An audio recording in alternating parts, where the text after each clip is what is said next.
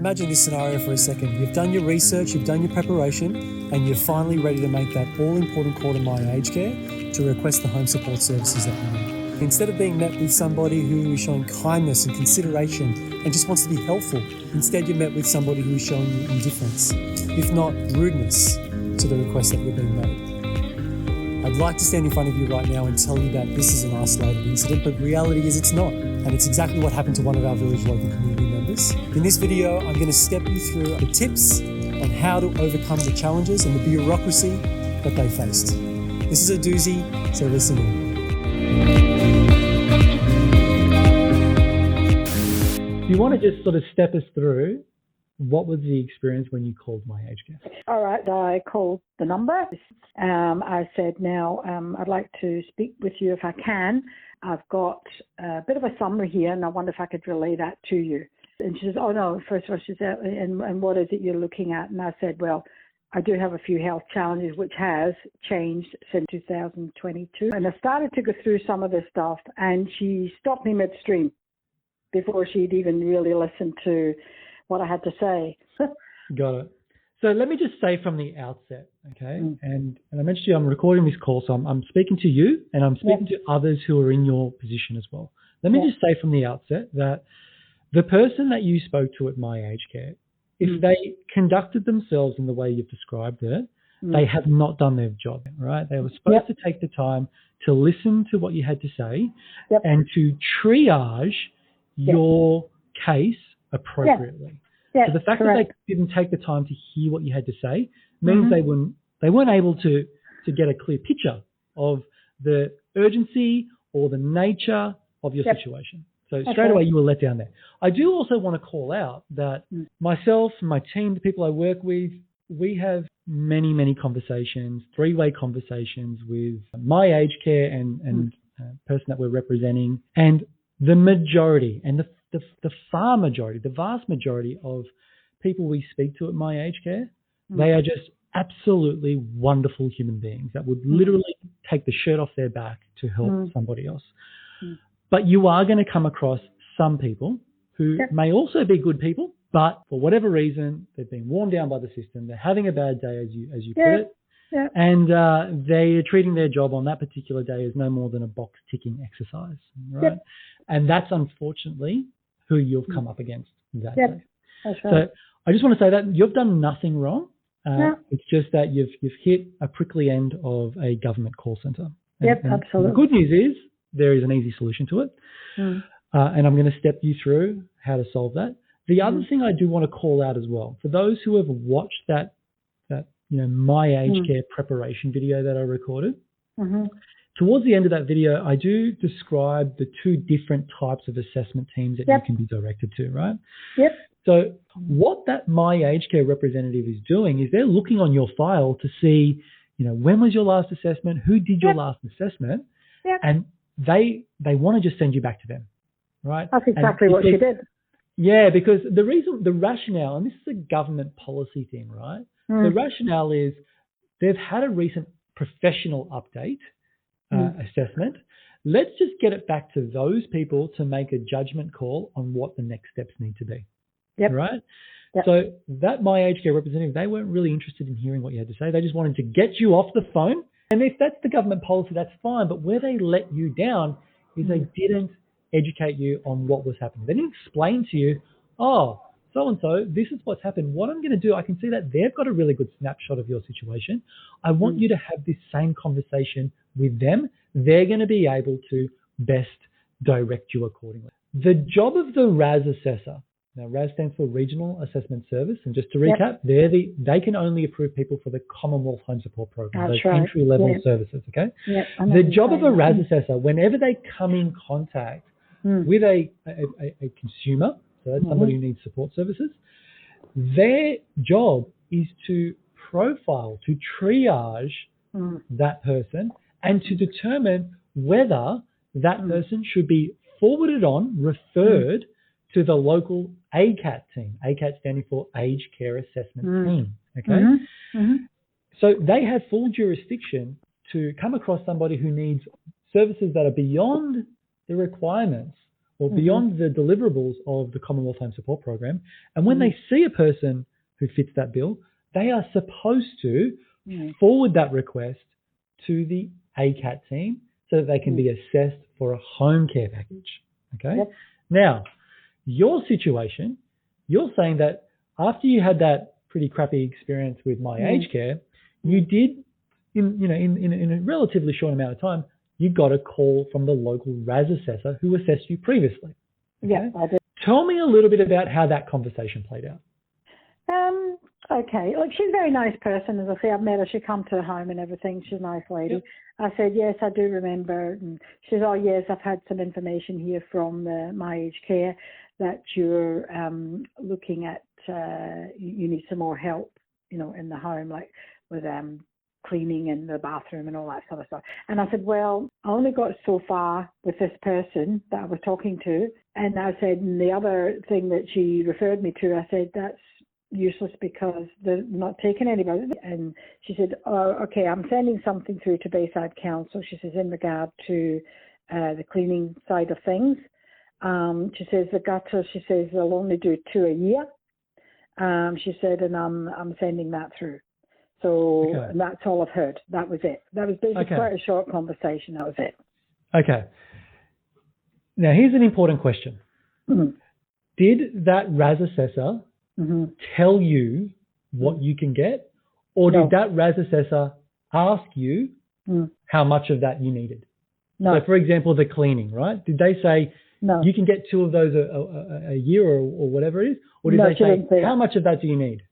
No. She only said in regard to the gutter cleaning, they usually do 2 per year. That's what she said, 2. I mean, last time when it was supposed to be 1 per year. And as I said, that was useless. So that's all she said. Apologies if I'm repeating myself here. I just want to be explicitly clear. She said you can get 2 a year. Did she actually stop to ask you, how many of those do you think you need per year? No, none of that. No, I didn't elaborate. No. Okay. So for those listening in and for yourself who I'm speaking to, again, you were let down by the system, by the assessor who did not do her job properly. She may be a lovely human being, but she did not do her job properly. You can't size somebody up in the aged care system and just by either hearing the tone of their voice and looking and seeing them, tell them what they need. Yep. You have to ask what they need, okay? Yep. Now, you've taken the time to explicitly prepare a summary of your situation, right? Yep. What is required? Now, the RAS assessor, they are acting as a triaging role or a gatekeeper to the ACAT assessor. Yep. So for yourself and for anyone listening in, if you come up against a RAS assessor, know that you must fully articulate your current situation in an in-depth way to that assessor, because if you feel that you require the types of services that are not delivered within the Commonwealth Home Support Program, you need to explicitly ask that RAS assessor, if they're not forthcoming in suggesting it, you need to explicitly ask that RAS assessor, because my situation is this and I require these types of services, can you please forward my case to the ACAT assessment team so that I can be assessed for a home care package? I'm needing to be assessed for a home care package because I'm aware the types of services that I'm looking for are not offered or covered under the Commonwealth Home Support Program. They can only be delivered under the home care package system. The moment you say that, one of 2 things will happen. They'll either, first thing that could happen, they'll either say, tell me more about what you mean by that. Why do you feel they can't be delivered under the Commonwealth Home? And you can say to them, well, look, this is the specific task that I require. Can you please tell me of an organisation that delivers that type of service and that quantity of that service? So there might be many organisations that do gutter service, but they do it once or twice a year. You might need it. You might be in a really leafy area that requires it once every 3 months. I personally live under a big gum tree. I've got to do it every 2 weeks. Well, we're the same. We need about 6 times a year.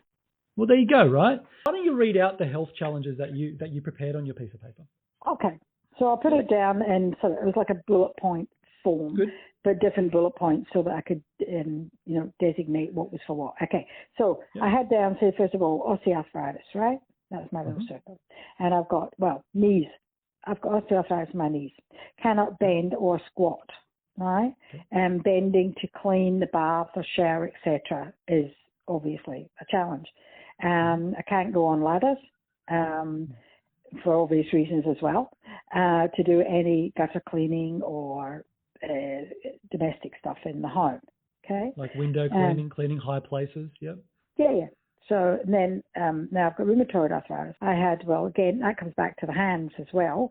So no strength for opening jars. I said also with dealing with weeding and using and cutting with shears, etc. So they're all blended in with each other, right? You've described to me some pretty nasty health challenges, common challenges that many older Australians experience across the country, but pretty disruptive to the day-to-day. Okay? And most of the people that I speak to, very rarely do I come across a person that over-exaggerates their situation. The more commonly, people underplay their situation. Yeah, I know what you mean. Yeah, totally. Right? Yeah. So I just want to sort of press you a little bit on that. And I'm just going to ask some questions, answer them how you want to answer them, but just to prompt some thinking for both yourself and anybody else listening in as well, right? So you mentioned bathrooms, domestic assistance and things like that. Yeah. I want you to not think about how much support you want to get approved for. I want you to just answer these questions from the perspective of how often those types of jobs need to get done. Okay? So when it comes to cleaning a bathroom, how often does a bathroom need to get cleaned? I clean mine once a week. Once a week? That's me personally, yeah. Right. How often do you need to bend over or squat when you're doing a domestic assistance or a domestic task? Every day. Every day. But again, you know what it is? The unpredictability of day to day. That's more. Unpredictability. So this is an interesting one, right? So your situation is requiring sensitivity to the fact that it is unpredictable. Yep. You're needing flexibility in the services that you can access. Yep. That's another desire. I require a flexible access to support services. So you want to write that one down as well. Yeah. Okay. Yeah. Okay. Tell me, how are you going about the management of your health condition so that you're staying on top of them? What's the doctor saying the best way to fight off osteoarthritis? I went into a GLAD program. I was lucky to get into that, and that's physio. So I do physio. And I go to a myotherapist occasionally. And you say occasionally you're accessing these allied health services. What's the thing that gets in the way of accessing these allied health therapists? The cost. The cost. Yeah. Right? The cost. They're expensive, Absolutely. right? Every time you go and see an allied health specialist, you're not getting much change out of $100 or $120. No. Okay. So tell me, what's the ideal types of allied health and frequency of allied health visits that you would like to access, that your doctor would agree that would be beneficial to your health needs? So what are so you mentioned physiotherapy. Yeah. Right? How often would you like to go to see physio? Oh, once a week if I could. Once a week. Okay. Yep. What's another allied health profession that you feel would provide you with that holistic healthcare management that you're requiring?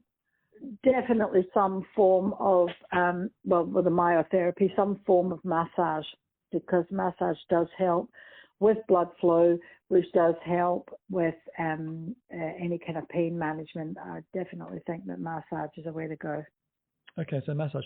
Let's say once a month, for example, massage. Yeah. You also talked about the complexity of your condition and the changing nature of it, where you need flexible support, access to flexible support services. So not locked in, but flexibility in your support. You also talked about you need help cleaning your bathroom on a weekly basis, not on a fortnightly basis, on a weekly basis. Yep. So look, just those three things: weekly domestic assistance, weekly weekly physiotherapy. Actually, just those two things those two things alone disqualify you from being suitable for the Commonwealth Home Support Program. And the only other option is a home care package program. Okay, so just getting that message to your RAS assessor and having a simple conversation saying, "Hi, RAS assessor, thanks for taking the time to call me back. I understand how the Commonwealth Home Support Program works and the types of services that you can access. However, there are a couple of key things that I require that I feel that aren't suitable, that I'm no longer suitable for the Commonwealth Home Support Program, and I'd like you to refer me to an ACAT assessor so that I can be assessed for a home care package."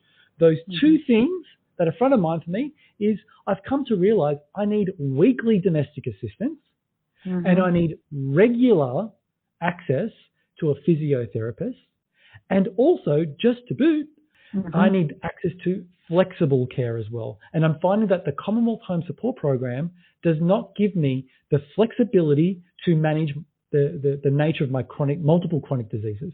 Can you please forward my request to the local ACAT team? If you said that, and if anybody else has followed me along how I've thought that through, if anybody else articulated and delivered their situation in a clear, concise and logical way, there is absolutely no reason why that RAS assessor would not forward you on. Going back to My Aged Care, if you articulated it to My Aged Care, there is still the high chance they would have just pushed you to the RAS assessor, and that's okay. They may be just following their protocol. It's a bit of a letdown that they didn't let you finish you telling them the situation. But when you get to the RAS assessor, which is absolutely normal to be put to a RAS assessor, it's up to you to articulate it in that way, state your situation, and to make your request. Don't rely on them to provide suggestions. You prepare yourself to let you know the path you want to go. And really, that's the next steps for you. So the easiest step for you would just simply be to call back the RAS assessor and say, "Hey, look, we had a chat last week. I've been reflecting on that, and I've been speaking to an aged care advocate as well. And it appears that I may not have articulated my situation in a way that fully does capture my situation. Can I just take a moment to tell you a little bit more about the challenges that I'm facing?" And you describe exactly how I've articulated everything. Do you disagree with anything that in the way that I articulated your case? Was I over exaggerating it? Was I under exaggerating it? Was it a fair summation? What's your opinion? No, I think that's fair and reasonable. No. The message for yourself and for anybody listening in, you do not need to over exaggerate your situation. There is no need for that. But what there is a need for is for you to accurately describe your situation. And that's unfortunately where a lot of people fall short and result in falling through the cracks of the aged care system. There is an old saying, the squeaky wheel gets the oil. All right? And don't you hear shouts the loudest. Well, don't get that confused with having to over-exaggerate your situation. Oh, you no, do not need to do that. Just say it in a way that is truly representative of your actual situation. Cool? Yep. All right, leave it with me then, and I'll see how I go. But thank you very much for your information. My absolute pleasure, and I wish you all the very best. Thanks, Jim. Thanks very much. Take care. Bye. Bye-bye. If you found this video interesting, I'm sure you'll find even more value in the next one. So click the link just over there, and I'll catch you in the next one. See you soon.